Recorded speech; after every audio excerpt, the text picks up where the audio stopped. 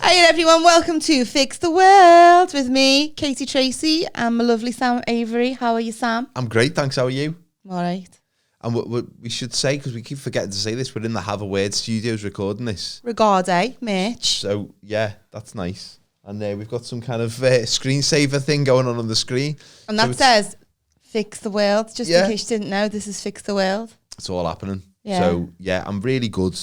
I feel like I need to quit the booze for a little bit, just a few days. Oh, I say that every weekend. I know, but I feel like I've done about 5 days of just constant drinking, and I just feel like I've said this a couple of times, but I feel like my whole brain is just kind of teetering. And what's your tipple of choice? Wine. Red wine. Red wine. I know, but you get to an age where you get wine face. Is that where you get black lips? No, wine face is just when all the muscle control in your face just droops. So in the day when you're not drinking, it's just a normal level. Maybe gravity takes its toll a little bit because of age. Yeah. But when you have wine, everything just goes like this. like Droopy the dog. Well, I might have had wine face in me Zoom chat with people I didn't know the other day. Oh yeah, tell us about that. I was in a Zoom chat on a course and with strangers who I'd never met before in my life. First session, 20 minutes in, some girl sends me a little chat message in the chat box. Goes, "Hi Kate, just wanted to check if you're all right." And I went, "I'm fine, why?" And she went, "You just look like you're a bit upset."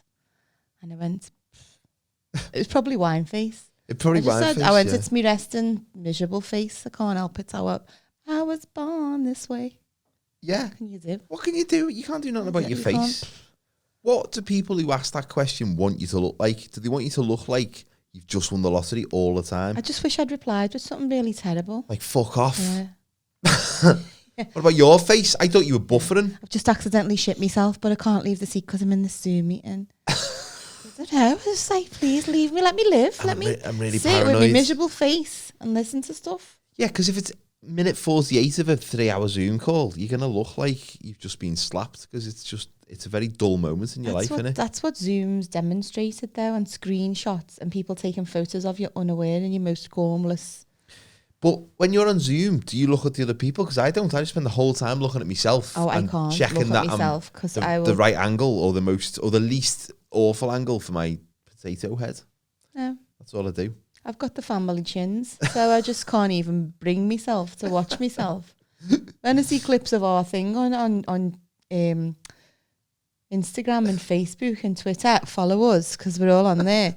I just get blown away by how jowly I am. I'm like, if I was a man, I'd be a gammon. Like Piers Morgan. Oh, Jesus. Never say that about yourself, Kate. That's just, you're being really hard on yourself there. I'm a realist. But I do think we could experiment with the camera angles. If you're only listening to this, by the way, you can find us on YouTube. But I'm thinking, they say that the camera angle should be, the higher it is, the better you look. So I'm thinking, but sometimes when you see selfies, because I do that with selfies, and it just looks like somebody's took a picture from a drone. And I'm so conscious of going, it just looks mental. Have you ever used a selfie stick? I always break them. When they first came out, I thought if I see anyone using one of them, I'm gonna have to take it off them and twat them with it. They're a good idea, but they're so flimsy. They're very flimsy, but you just look like a bell end of the highest order, don't you, when you're using one? I got one and I did use it for a little bit, but only in the house. I was too paranoid to use it outside the house. I bought one off the Lucky Man in Benedina. I love those guys. I love them. Big but shout out. We talk to him every day, and he came past me, my mates, and he went to me, "Hello, Lady Gaga," and he went to me, mate Julie. He went to me, mate Julie. "Hello, Britney," and then he went to me, the mate. "Hello, Beyonce," and then he went to our last mate. What's he call her? "Hello, Brenda," or something like that. And she was like, "Why did they get Lady Gaga, Beyonce and Britney, and I got like Brenda?" And he just started laughing. So I was like, "Gotta buy something off him now because he's hilarious." That's a funny one. He ran out of pop stars, so we just went for a darts player. Just those lucky men are great though, aren't they? I wish they had them in this country, because I just love the way they hook you in and the shite they sell as well. I mean, if you want an equivalent in Liverpool of the Lucky Man, go to Barney's Bargains in Aintree. I've not been there. It's like they dress the set of Meatloaf videos, but also sell all the Spanish cleaning ranges. The other day they had a person actually dressed as the Grinch just running around the shop, frightening shite out of kids. That's amazing. I wanted to go down there with some naughty kids. Just to like go, yeah, this is what happened. This is where you get sent if you're naughty to, what is it, Barney's Bargains? Barney's Bargains. There used to be a place called Arnie's Bargains years ago up on, was it like Rice Lane somewhere? Because I remember going past it on the bus and it said Arnie's Bargains, and then underneath it said in little letters, "You'll be back." Oh. Because it was Arnie's. And I used to think, closed down now? I think it closed down because if it'll be back? No one went back. You'll be bankrupt. What about those places in town where you have the woman on the microphone? Some lovely bargains here, ladies. Come on, girls, get your tights here. We've got £6 for the pound. We've got 4, you know. But then I found out that's a tape recording. I thought it was live, and it's actually it's you know, it's on vinyl or tape. It's not. I thought it was a woman. Who's getting paid to do the voiceover for that? I don't know. And River Island, but no labels in, ladies. £75 in the shop, 15 here. Still got the tag on, but with the right pliers, you can get rid of it. There's a market in Liverpool, if you're not watching from Liverpool, called Great Ormond Street Market. And there's a guy there who has a stall that sells Marks and Spencer stuff. And you walk past and he goes, some lovely bargains. He's dead scouse. But then he puts on this like showbiz voice and he's like that. Some lovely bargains here, ladies. Come and get some nice bras. Just like hilarious. Yeah, some of those markets are proper minty, aren't they? I love a good market. I remember going to Camden Market for the first time, and everyone said, "Oh, it's amazing, Camden Market, this famous place." And we went there, and it was just like a lot of it was tat. There was some good stuff, but a lot of it was tat or like knockoff Jag stuff. Yeah, there's a stall on Great Ormond Street Market that just sells crockery with Charles and Camilla on it. Oh my god, that's amazing! If I had enough space, the whole range, I'd buy stuff on like display in my Welsh dresser. Like one of those plates you get free when you sign up for like a magazine. Let me tell you about plates. So my fellow was 50 in July, and I can't stress how much he hates Cliff Richard. Like his hatred of Cliff Richard is like the most serious hatred of anybody ever. And that seems interesting because he's kind of a hard person to. You don't have to like him, but it's a hard person to hate. I just really hates him. Like, I mean, we were in Portugal and Cliff Richards has a wine range that he sells in Portugal, and there was a cardboard couple cut out of him in a shop, and he literally had to walk out of the shop because there was a cardboard. He hates him that much. Anyway, hold me back, I'm going to hit him. One of our friends messaged me and went, "You need to get it. What's he call it? The Chazza shop on Walton Vale, charity shop." Oh. I went, "Why?" And he sent me a picture, and they had a whole range of Cliff Richard plates. Oh my God. So for his birthday, as a surprise, I bought one of the plates, and it was Cliff Richards in a pool with a glass of champagne just on the little plate. That's brilliant. And on the morning of his birthday, he got up and I was like, "Do you want some crumpets?" And he went, "No, I'm not hungry." And I was like, "Just have some crumpets." And he's going, "No, I'm not hungry." And I was like, "Just have some birthday crumpets." And he was going, "Oh my God, all right, I'll have some crumpets." And then when I took the crumpet into him, it was sitting on the Cliff Richard plate. Oh, so did he move the crumpet and then see Cliff's picture? What a reveal. Cliff's little black titties in his pool with his little glass of Pro. Just want to wish you a happy birthday, matey. So yeah, that's me, a Cliff Richard plate story. Wouldn't it be great if this is gold? But if you did have enough space in your house to have like a wing where you just keep all your tat. You just collected tat, like ceramic plates with terrible faces on, like Charles and Camilla, Cliff Richard, you know, the Yorkshire Ripper. My nan and granddad had a fake, like Japanese style cabinet. It was glass cabinet, and it just had inside all the prizes. My nan won in like bingo, and she'd been in like Butlins or in Southport, and we had a decanter and glasses that she'd won, and it had all the suits of the playing cards around the decanter, and the glasses had them as well. And classy. I wish we'd kept it. I love stuff like that. I love stuff like that, which is why like flea markets are good fun to look around, aren't they? You go in and it does look like tat, but one person's tat is another person's shite. Because like the stuff that you get where it's like, it's the fact you don't know where it's come from and it's got a story attached to it as well. Yeah. And it's like, it could have, you know, this could have been a murder weapon. Who knows? I really love those secondhand shops and vintage shops, but there's always a weird person working there, isn't there? It's like, yeah, well, you don't really know the story, the stuff in the shop or the person who works in the shop. No. They look like they might have been donated by a family who were just cleaning out the house. They were someone else's stuff to recycle. You were left underneath some old DVDs that were just Listen, we're having a clear out and we've decided you're going. We've had the votes. And you got the least votes. So, yeah. You're going to live behind the counter in cancer research. It's very warm in there, though. Someone else might buy you. Hey, what do we do in this podcast? We fix things. But what are we doing this week? Well, we're not fixing anything this week. We're just going to fix a little bit of time for the viewers and the listeners. We're going to freestyle. But I've been thinking like a lot about how we apply our fixing mindset to like just general stuff. And one thing I did learn today, which is not really a fix, but more of like a life rule, is that if I'm ever going to trim my kids' toenails in the morning, I need to make sure I do it far away from my morning brew. Because I had a toenail latte this morning and it was revolting. I think it's ruined my week. It's only your kid's toenails. It's not like a shit. There's 3 bits in it though. It was horrible. The toenails are. It's the git in between the toes. Oh, that's disgusting. Yeah. They fly though. I don't realise how they. I know. You need to do your toenails in a contained environment. You do, with ideally after the bath. So it's my favourite is in an empty bath, and then you can just use the shower to get all the. Oh, that's good. Yeah. A little tip. Yeah. Life hack. I just fixed that. We should be on this morning with this. I fixed things without even trying. Next up, it's Sam and Kate with some of your life hacks. What have you got for this week, Kate? Right. Well, Phil. Well, Phil, if you're homosexual, be honest with your wife. That's my hack. I'm going to teach you what to do with your toenail clippings, and I don't mean post them to Holly. Because she knows it's you, Phil. She's seen the postmark. Oh, can I just say Alison Hammond? You're not a fan, are you? Nothing is that funny, Alison. I quite like it. Seem to employ people who will laugh at. Someone says penis on This Morning. That's Phil and Holly gone for a good 15 minutes while they get the breath back because they're like dying of laughter. Bradley Walsh, is that his name? On The Chase. Yeah. Like barely can contain his hysteria because somebody's name is Dick. And he's like got his cars, but he doesn't do it's so he's like and you're just like, come on, Bradley. I wonder if that's because they try and keep it in, don't they? Yeah. They're just letting it out. It's like the corpsing thing.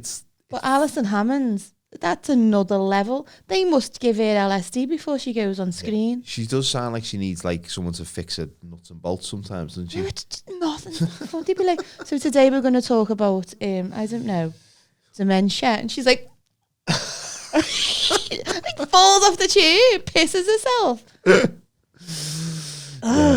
Sorry, everyone. Daytime telly's shocking though, isn't it? I could do a whole episode based on the people I hate. Yeah. Maybe we could do that. Oh, wouldn't that be good? That needs to go behind the paywall. Irrational hatred. Yeah, that should go behind the paywall because we'll end up getting cancelled. I'll get cancelled. I'd love to get cancelled. You get loads of work when you claim to be cancelled. Because a lot of like men in the 50s, specifically white men in the 50s, are starting to say, I've been cancelled, and you can hear me talk about being cancelled on my next nationwide tour. Kevin Spacey was cancelled. He's working again now. Well, he's working again, isn't he? So he was. I think paused is a better word, isn't it? Just cancelled for a little bit and then brought back. Do you believe in cancel culture? Can people learn from the mistakes? Yeah. Or once a sexual predator, always a sexual predator. It depends what the mistake is, because if it's something like that, it's a bit hard. If it's something like, one time some actor smacked me arse in the 80s, but it was like commonplace and culturally it was acceptable. Yeah. Then you can't cancel someone for that. I think that's a bit harsh, innit? And it's all about context. And if you've had your arse smacked and that person was annoying you, then that's going to feel like a different conversation. But it depends on, like, I mean, if Jimmy Savile wasn't dead, I think he should be cancelled. If cancelled is a thing, I don't think he should get his own TV show. Like, if he got the opposite, didn't he? It was like the more depraved he became, he got more, keys to Broadmoor, whatever. Yeah. Go in that kid's hospital, help yourself, Jim. Just go and fix it for yourself. But he was like, they've got no energy. They can't fight you off. No. And he was like a Batman villain, wasn't he? You've ran 70 marathons to raise money for a hospital just so you can pay per view for Jim, wasn't it? Little rewards for him. Yeah, that was all kinds of nasty, wasn't it? Horrible. But But then if you just use the wrong words or you say a word that, especially if you're a bit older, like a lot of older men, because many men who get cancelled because men tend to be in more positions of power. Like an older man will say something and everyone will say, you can't say that anymore, Steve. And he'll go, oh, right, sorry, I didn't know. It's too late, he's gone. And I think people can learn about, but only if people are willing to learn, they can learn about what's appropriate and what's not, because things that were appropriate to say 10 years ago perhaps aren't now. No, I know. It's got very serious, this, hasn't it? I know. What have you been up to today? Today, I went into the office today. Oh, how was that? It was average, I'll say. It was freezing. Was it cold this morning? It was frosty. I like days like that, though. Yeah, only if it's warm inside, though. But they say go in the office so you can meet people and then nobody's in. But it's nice because it just gets you out the house. Yeah. And then I had a little wander into town. Oh, that's nice. Yeah. I was aimlessly wandering around town. Yeah. I like an aimless wander because normally I've got a destination and I've got a place to go, and it's just nice to wander. I'd love to just wander around and just not really pay attention where I'm going and just... No, I just like to people watch, you know. Yeah. Do you ever like walk past someone and go, oh God, what's your story? It'd be great to have like goggles that you could just actually find out either what someone's thinking or just get a little bit of a character background. You could just like night vision goggles. You just kind of sit on a bench in the middle of town and just go like... It'd be really quite boring though, wouldn't it? Like I see someone with an unusual hairstyle and I go, oh, bet they're a character. Bet they're great laugh at parties. So the lad, he had black hair on the sides and a big blonde quiff and a suit and then an very, very stylish, like business-tastic outfit. And he's there like Pepe Le Pew. And I was like, I'd like to get to know him better. I want to know what he's about. Sometimes though, people are compensating, aren't they, for a complete lack of personality with just, you know, I'm going to shave my eyebrow there. Which I did. Have you done that to your eyebrow? I did, not recently. I did it when I was about 18. Me and my mates, we were in a band and we were staying away for the first time as a band, and we shaved a little bit of our eyebrows because I think he's 17. He'd just done it. We weren't like he's 17. Sam, you were so highly suggestible with the styles, weren't you? Well, we just thought, because I thought it was like any other kind of shaving, it'd grow back within a couple of days or, you know, less time if you're more of a man, as I am. Compensating for lack of hair. But I shaved it and it didn't grow back for about 3 months. I looked like an absolute bellend. Just with like, I think we did two. We did like one there and one there. And then I got my eyebrow pierced about 3 months later. Did it hurt? I'd love to get my eyebrow pierced. It really hurt, no. It's just like skin, isn't it? Well, just things like don't hurt me. I have quite a high pain threshold. Do you? I broke my leg and I was at a wedding in Cyprus and I fell over outside the wedding. I wasn't even drunk, it was cobbles and I had wedges on. Everybody, don't judge. That's a great image. And the next day I woke up. We had one more day then, and the day after that we were going home. So the next day I woke up and I had bruises all up my leg and it was like all swollen and everything. And Mick, my fella, who's a roofer, told me it was sprained because obviously he's medically qualified. So I went, all right, well, I'm not staying in. We'll go to the beach. And we went to the beach and I was swimming and walking on it. And then we met up with some of the wedding party in the night time. And one of the wedding party was an A&E doctor. And you listened to him over a roofer? Nobody walked up and he went, what have you done, Kate? And I went, oh, I fell on the cobbles last night and I think I've sprained it. And he went, can I take a look? And I was like, this is Andy, no? And it's like an A&E doctor. And he took one look at it and went, no, that's broken, that. And Mick went to him, no, mate, I've Googled it, it's swollen. And I was like, I've Googled it, it's sprained. And I was like, he's an A&E doctor and you're a roofer, like, who's right here? Yeah. But it didn't hurt. No. So I was like, I should get it looked at, but I'm going home tomorrow night, so I may as well just go home tomorrow night if it's not hurting. And then I went into the hospital on the Monday morning and the nurse was like, yeah, it's broke. And I was like, what? It doesn't really hurt. And I went to bed, go out and just tell me mum. She went, no, you can't. I've got to put it in plaster. And I was like, you got a broken leg? I'm going dancing tonight. Hardcore, me. Yeah, that is hardcore. Keeps on dancing with a broken leg. I've never broken anything. Haven't you? Other than wind. Well, when I was a kid, I always wanted to break a bone so I could have plaster for everyone to sign. Yeah, remember that in school. Yeah. And everyone, but then someone would draw like a cock and balls on the back where you couldn't see. And you become a laughing stock. But then when you're in the 40s with your leg in plaster in a room full of women and you're all on the wine, you just come out with cocks all over your plaster. Like some weird pyjamas you're wearing. Yeah, I've never broken a bone, but it's going to happen. I think I've got weak hips. Have you? I think I know I'm going to die. I think I'm going to slip in the shower in my 90s, hopefully in my 90s, and I'm just going to like collapse. And but you get a hip replacement and then your hips will be sound. Maybe, but I'm bad at getting out the shower. Like I don't have good form. I think there's a way of doing it, isn't there? And maybe I need one of them walk-in baths. Yeah, I'd love one of them. That's an age thing. Yeah. So do you make a noise when you have to like cock your leg over? I make a noise when I stand up, when I sit down. I do. When I take a cup, Like, sipping it through. It sounds like I'm doing like power lifts in the garage or something. And I'm just, all right in there, love? Yeah, I'm just moving my arm. Oh my God, do you want to live to your 90s? I'd love to live till I was, I think 94 is my age. No? No. Why? I just don't want to be old and pathetic and like... I'm young and pathetic. Slow and... I just don't want that. Send me to Switzerland when I'm about 75. I will have had a nice life. How would you feel on that journey though? Thinking this is it? I think I'll be like, finally, peace. I think that's the one time you wouldn't bother looking at the duty free. Yeah. I did a gig the other week and this woman had COVID and she'd been in a coma for 5 weeks. And I thought, I love that break. Just like to like zone... Not saying it's nice to be in a coma from COVID. If anyone's offended by that, then you shouldn't be watching this podcast. But I just thought, you lucky bitch, 5 weeks asleep, not having to wonder what to make for the tea every night. If you could book it in. What a break. And you'd be all right. I'm booking in a coma. I'm booking in a coma. What kind of coma would you like? COVID's meant to be quite popular at the moment. Like that, can you come to our wedding? When is it? Oh no, I've got my coma booked in for then. I do it every year at the same time. Yeah. It's great for me. We have a ball on our coma. I really feel the benefit in the autumn. I'm full of beans. I'm rested. Everyone else has got SAD syndrome. Yeah. I do tap dancing every autumn. I've had no alcohol for 5 weeks. That would be a good way to not have alcohol. My skin's great, yeah, because they just pump you full of like the H2O. Bed sores are a bit of a challenge. Yeah, but it gives me rump a nice little bit of character. What have you been up to anyway?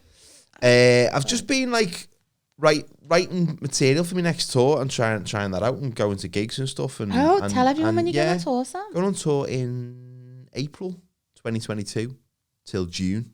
So about 30 dates around the UK, so you can go on my website, samaverycomedy.com/shows if you would like to buy a ticket. And I've got a Liverpool date now at the Epstein. There was no Liverpool date. Sell your ass. Yeah, I know. Sell my bedridden, bed-sored arse. So I'm going to be doing that. But I've just been, going to all this new material nights and trying stuff out, which is always good fun to do, and just see if an idea is funny or not.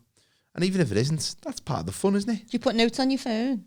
I put notes on my phone. When you get an idea? And when I get an idea, and then I write them down on a bit of paper and then just... Straight away? No, before the night when I get up and try it out, I write them down on a bit of paper and then just get up and talk. But I always record those gigs because I can't remember what I've said. I put notes on my phone and then I'll get up the next day and look at them and go, why did I write that?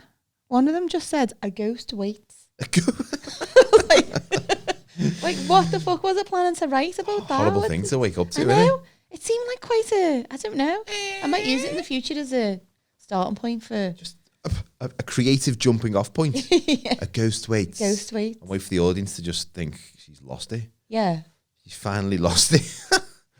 Do you do it when you say you're with your mates or when you're with Rachel or whatever and you'll say something funny and you go, just press pause, I need to write this down. Do you do that? I do that. I do, but I do it. I try and do it subtly. With me mates, I just don't tell them because I know they'll take the piss, and rightly so. With Rachel, she knows now. I just go, let me just write that down. Don't you go like, stop it, everyone, just stop talking. I'm a comedian, I'm just going to write this note down so everyone knows I'm a comedian. Only if I'm in a busy bar. Sorry, guys, sorry. I just said something really funny because you all laughed, and I'm going to write that down on my phone so I can make some money out of it. I've just had some creative inspiration, guys. Can everyone be quiet for a minute? Remember when I first started, someone told me this dead funny story. I can't remember what the story was. And they told me that their mate it had happened to. And I was like, that's amazing. I'm going to tell it on stage. So then I went on stage and said, my mate's mate, this happened to him. And then someone came up to me after that, the first time I did it, and went, you know that mate's mate? Do you know that's a Frank Skinner routine? I was like, no. So my mate wasn't talking about his mate. He was talking about a Frank Skinner routine. I bet your reputation was mud. It was, but no one had heard of me, so it didn't that's fair. That's didn't have a reputation to speak of. I also got mugged when I was first doing stand-up, and I got a phone robbed. and 2 notepads full of jokes. And I'm still waiting to find a comedian doing my old ideas. Because then I'll know it was them. And if you're watching, I'm coming for you.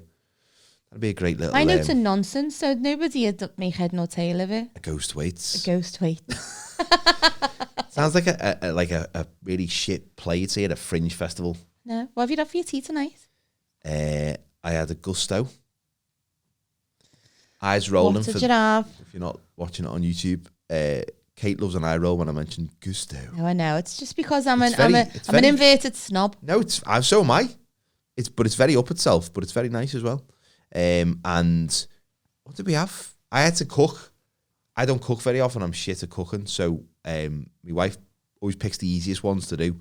So we had fried pork steaks, was it? With like peppercorn sauce.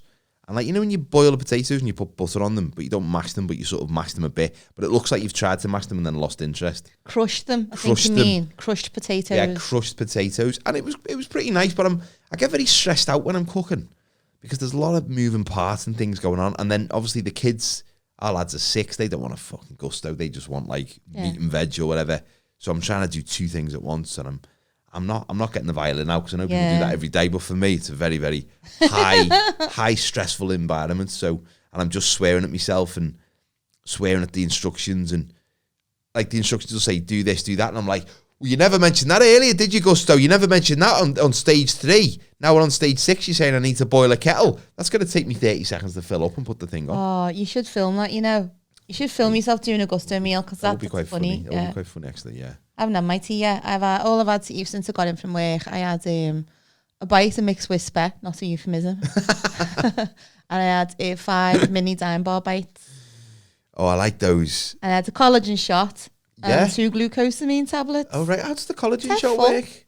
It's just in a little bottle. Like it's audible. It's like kids' medicine. And you drink it? You have a little shot every day. It's meant to be good for your skin and your hair and your nails and your memory and your joints. I mean, I take turmeric for that. Yeah. I don't know if that's the same thing. But it's not the same thing. But I'd just rather take LSD and zone out from all of those problems. I wouldn't be asked about me joints or my hair or my nails if I was just off me tits instead. Just floating above society. That's no way to live Monday to Friday. No, it's not. You can't get stuff done on acid. You know, you can't. Your life's a mess, really. I know. I went out at the weekend. Did you? Where did you go? I went to town. Went to old men's pubs. It was great. I love old men's pubs, but I call them pubs now. I also call MILFs lovely young women nowadays. Because that's where I'm at. Which pubs, though? Because there's some cracking ones in Liverpool. Yeah. On Dale Street, we went to the Mount Vernon. Is it the Mount Vernon or the Vernon Arms? I mounted Vernon once when he was very annoyed. Yeah, poor Vernon. Yeah. It's got, anyway, the Vernon's got a sloping floor. It has, yeah, famously. It's really off-putting if you and you think, I'm a little bit drunk, and then you go to the toilet and go, oh my God, I'm way more pissed than I thought I was. Unless you're from Australia and then it corrects itself. And then I bumped into 2 lads who I knew when I was 18. I used to work in a pub when I was 18. And they used to come in and I was talking to them. And I was just looking at them going, I'm looking at them going, oh God, they look dead old. And then I'm thinking, oh my God, they must be looking at me thinking exactly the same thing. None of us are in the first flush of youth. None of us are in our pomp anymore. No.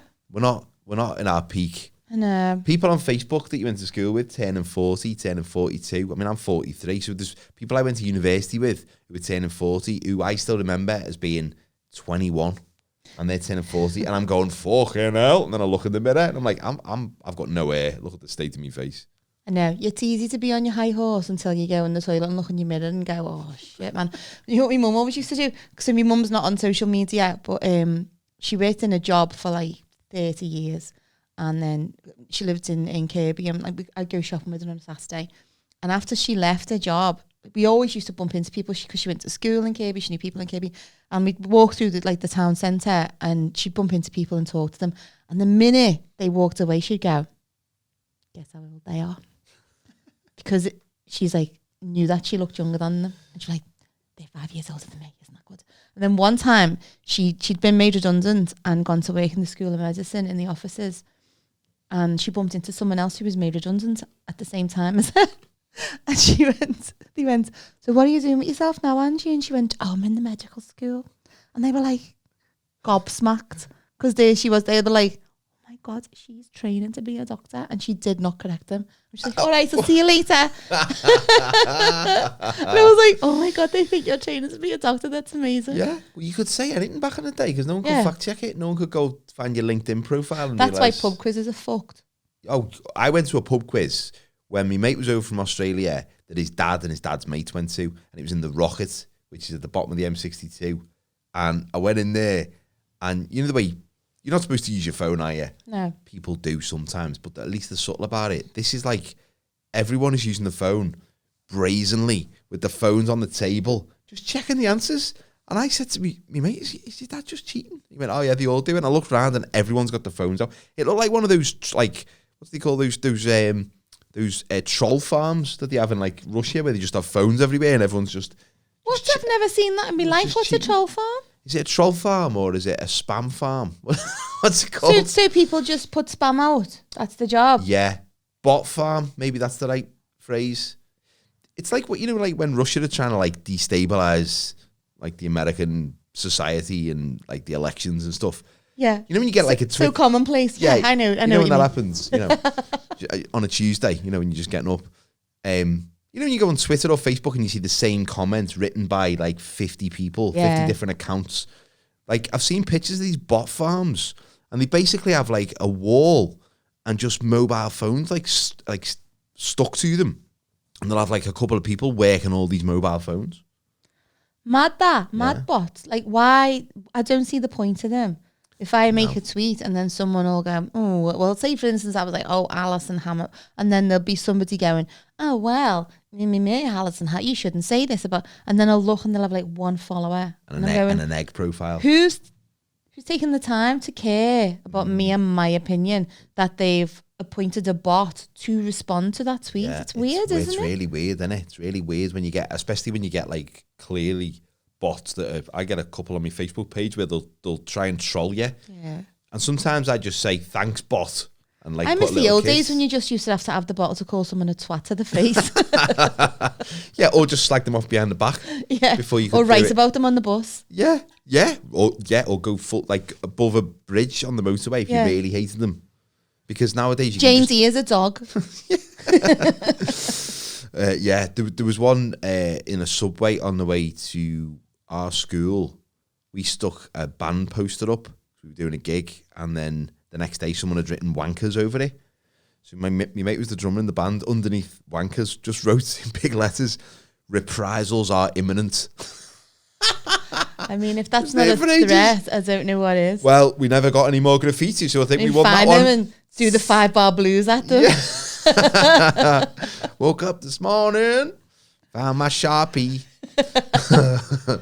Yeah, graffiti's a funny thing though, isn't it? Because it's we went to Bristol a couple of weeks ago and we were looking at all the Banksys. And obviously Banksy is very talented at what he does, but he's like inspired a slew of just like shit graffiti artists who are just scribbling on things. And I know. I don't know. I just miss the days when graffiti was political.